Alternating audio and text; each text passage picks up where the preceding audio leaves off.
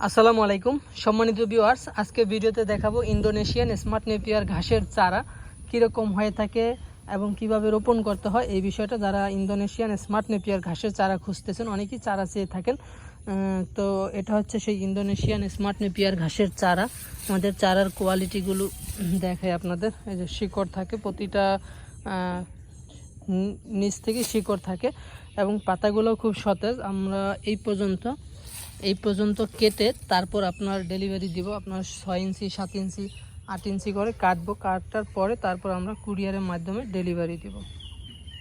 এইরকম কোয়ালিটির চারা যারা সংগ্রহ করতে চান, স্ক্রিনে দেওয়া নাম্বারে যোগাযোগ করলে আপনারা কুরিয়ারের মাধ্যমে সারা বাংলাদেশ থেকে অর্ডার করতে পারবেন।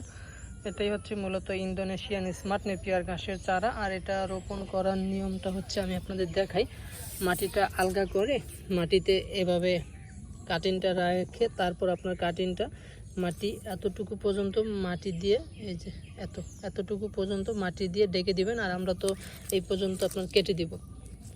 তো এভাবেই মূলত এই ইন্দোনেশিয়ান স্মার্ট নেপিয়ার ঘাসের চারাটা রোপণ করতে হয়। প্রচুর পরিমাণ শিকড় আছে আপনার চারাতে, আপনার জার্মিনেশন 100% হবে ইনশাল্লাহ। আর এখানে যেই গিটগুলো আছে যদি দেখাই, 1টা 2টা 3টা 4টা 5টা গিরা থেকেই আপনার লাগানোর পর 5টা হবে। অনেক সময় যে এই জায়গাতে কাটার পরে আবার উপরের অংশ থেকেও বের হবে। এই যে চোখ কিন্তু কিছু অলরেডি বের হইতেছে। আমি যদি দেখাই আপনাদের, এই যে শিকড়ের ভিতরে এই যে অংশটাতে চোখ বের হইতেছে। এভাবে প্রতিটা গিরা থেকে আপনার চোখ বের হবে। এই যে একটা বের হইতেছে, তার পাশে আবার এই যে একটা বের হইতেছে। দুই পাশ থেকে চোখ বের হবে। এভাবেই মূলত এই ইন্দোনেশিয়ান স্মার্ট নেপিয়ার ঘাসটা আপনারা রোপণ করতে পারেন।